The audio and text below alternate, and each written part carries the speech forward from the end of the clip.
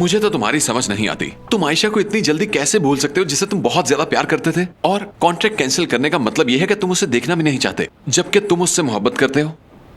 करता था पर खत्म हो गई। ऐसा भी होता है, मोहब्बत खत्म हो जाती है। हाँ, जरा हालत देखो अपनी। क्यों, क्या हुआ? मेरी हालत को बिल्कुल ठीक तो हूँ। मेरा सारा ध्यान आजकल काम पर है, तुम जानते हो। और इस स्ट्रेस की वजह से मैं 4-5 घंटे से ज्यादा सो नहीं पाता हूँ आजकल। बस सुबह शाम काम ही जहन में रहता है। मैं बॉम्ब बन चुका हूँ, क्योंकि काम ही इबादत होता है। अच्छा ठीक है, चलो मैं इस बात को मान लेता हूँ कि तुम आयशा को भूल चुके हो, लेकिन फिर आज उसके घर के लेने गए थे। वही तो मैं बता रहा था तुम्हें कि कंपनी की साख के लिए मुझे वो कॉन्ट्रैक्ट लेकर उसके घर जाना हाँ, पड़ा ये था। सब मैं जानता हूँ भाई, लेकिन आज ही क्यों? तुम किसी और दिन भी तो जा सकते थे। तुम आयशा को यहाँ भी बुला सकते थे, या फिर किसी वकील के हाथ कागजात भिजवा देते। आज के दिन जाने का सिर्फ एक ही मतलब है। और वो क्या है?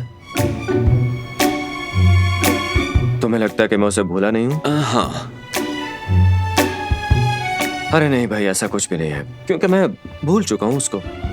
मगर एक बात तो यकीनी है, वैसे मुझे एक बात उसकी बहुत ज्यादा बुरी लगी थी कि मेरा भाई तुमसे जो कहेगा तुम्हें हर्फ ब हर्फ वही तस्लीम करना होगा। और इतना कह के चली गई। उसने मुझे तब छोड़ा जब मुझे शदीद मोहब्बत थी उससे। उसकी ये बात मैं कभी भी नहीं भूलूंगा। मैं उससे इस बात का हिसाब जरूर लूंगा।